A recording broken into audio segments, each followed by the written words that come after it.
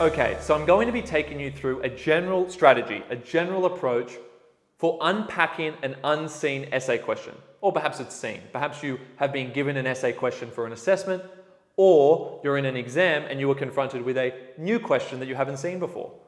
Well, what are the steps that you want to do right away to actually unpack that question so that when you write your introduction and the rest of the essay, you are constantly engaging with the question in a meaningful way?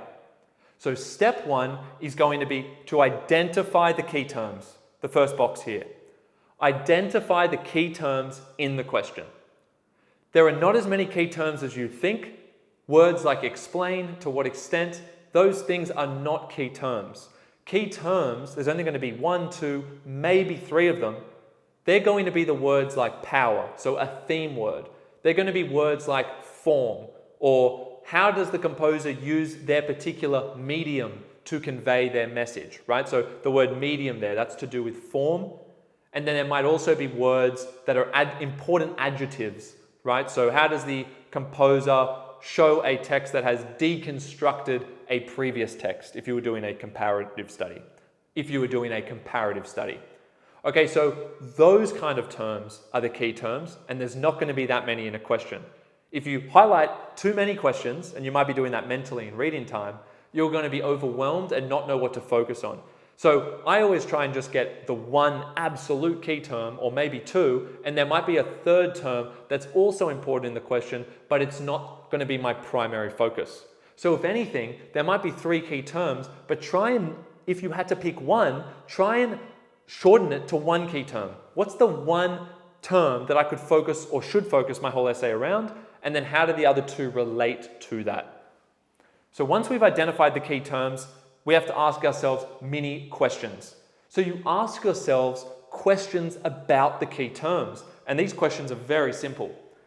The questions are what or what type? So let's say the key term is power. What type of power? You have to define that. So every time in your essay when you use the word power, you make sure you say the type of power next to it that is relevant to that part of your analysis. Why do that? Because you don't want to simply use the word of the question, you want to use the word of a question in a meaningful and expansive way.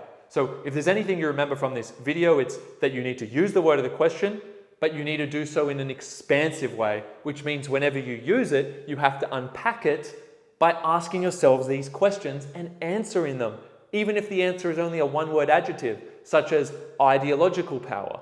Okay, if I say power versus ideological power, clearly the latter example there is better because it's more specific and it's actually giving an insight into the question. It's not merely repeating the key term of the question. So this is absolutely essential. So what or what type? How? So the question may give you an expression that uses a word such as people can be manipulated. So we see manipulated. What are we going to ask ourselves? How can they be manipulated? And you have to unpack that in the introduction and in other places where you refer back to that term. And make sure you're using the actual key terms whenever you do it so the marker clearly knows you're engaging with the question. Why is an obvious one that's going to go to the meaning of it. So Shakespeare talks about power. Why? Why does he talk about power? We might have already said what type of power and how he talks about the power, but why does he talk about power? That might force us to consider context, for instance. So it's important to ask these questions so that they engage your thoughts in important areas and then you articulate those. So what is a really important one as well. Shakespeare talks about power, so what? Why is it significant? That's what that question means. So ask yourself the so what and unpack that. And that's almost always going to get you to consider the impact on the audience, which is so important. The audience or the reader. Why is it important for us? Is it a universal idea that still is going to be relevant to our modern day audience, for instance, right? Does it awaken us to a particular idea or concern that needs our attention? All right. Sometimes you have authors who actually make a political text. So they're trying to make a social comment or a political comment that after reading the text is going to force you to actually reconsider things. Reconsider how you think about how society is structured, the way that the government treats its people, for instance. Okay, so when we think about these very profound and prolific writers who write a lot about things that are at the heart of social controversy and social and political discourse, often they're trying to actually wake you up. They're trying to heighten your awareness. So that might be the so what answer. And of course, who is something you can tack on to these answers as well, but I wouldn't answer that in isolation. Remember, when I'm saying answer these questions, you're not doing a full sentence for each question. It doesn't work like that. These are ways to think about how to unpack the question, okay? It might just be a one-word adjective that is you answering these questions. And I'll show you an example in a second. The last thing is to remember that you're going to apply this to your pre-existing framework or structure.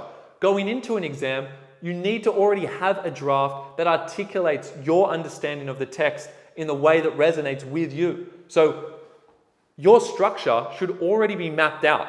When you get the question, it's a matter of working the question into that structure, doing the expansion that we just talked about. So you still want to engage heavily with the question, but you want to make sure the question is molding into your argument. So you're relating the ideas of each of your paragraphs to the ideas of the question. That's the important part. You are not coming up with a new essay structure on the day. You simply don't have the time to do that. You need to already have thought about the ideas that are going to progress from one body to the next.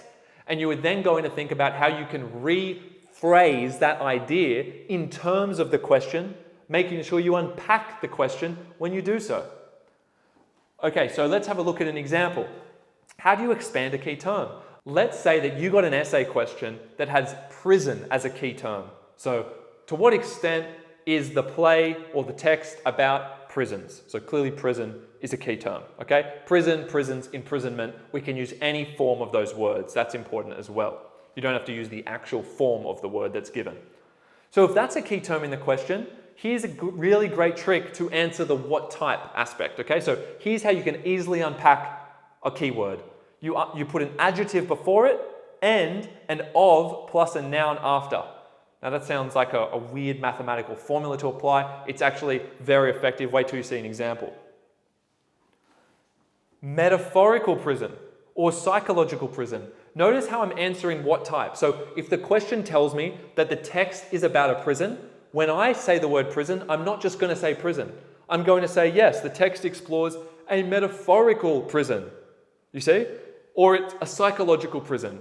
There might be various types of prisons that are applicable to the text. So don't think that there's one answer to this, but the point is I'm never going to use the word prison in isolation because that would be merely repeating the word of the question. I'm going to use adjectives before it, and I'm also going to do a second thing here, which you can see here. This won't work for every type of key term, but it will work for a lot. A metaphorical prison of the island. So now I'm using the of and then the noun. That's what I meant by step 2 there. So instead of using the word prison, I'm not just going to do step 1, I'm going to do step 2. I'm going to say the text explores a metaphorical prison or uses the metaphorical prison of the island to, and then I go answer the why, right? Or to explore, I'm asking why does Shakespeare explore prisons? Or I could have said Shakespeare, for example, explores a psychological prison of Felix's mind. And let's just say Felix was the character, the protagonist in your text. Do you see how you can actually say explores the psychological, there's my adjective, prison, there's the key term, of Felix's mind. So I've been so specific when I've used the key term. So if you take anything away from this, it should be that if you're going to use a key term, you make sure you use the key term alongside other terms that are expanding. And the way you expand is to ask yourself, what type, how, why, so what? Okay, so lock that into your memory. That is going to be absolutely key. I'm now going to show you a full example from a text. It doesn't matter if you haven't studied these texts or the text that I'm going through, but have a look at how I engage with the word of the question. So this is a random question about 2 texts. You may not study them. To what extent does Hagseed both preserve and reinvent the Tempest through its exploration of imprisonment? Okay, what are the key terms here? Well, hopefully you can see that preserve, reinvent, and imprisonment are the 3 key terms. Okay, they're the key things I have to focus on. If I had to narrow that down to 1 key word, it would be the theme word, which is imprisonment. Okay, so similar to what we just looked at with that prison example, much the same there. But I'm also interested in how one text is preserving, but also reinventing the other. Importantly, when you have 2 key terms here together like that, you don't use them together like that throughout the essay. This is absolutely key. When you have more than one key term, such as preserve and reinvent, and there's an end between them in the question, you do not use them together. You separate them by explaining the relationship or the contrast between them. Okay, so we're interested in what's the difference between preserving imprisonment and reinventing the idea of imprisonment. Have a look at the mini questions there. I've tried to apply some relevant ones. What type of imprisonment? For who? You could ask as an extra one, but remember, don't just do that by itself. Preserve, how and why. Reinvent, how and why. Again, that gets you thinking. You'll already know the answers to these. You've studied the text. You've got your draft essay. Your draft essay probably has the answers in them. You just need to open your mind to see it.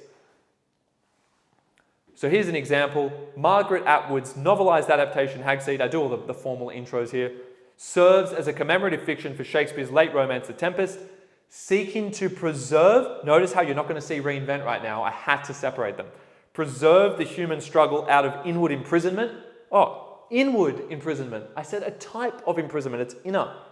Whilst reinventing. See how I've used whilst to actually distinguish between the preservation part and the reinvent part?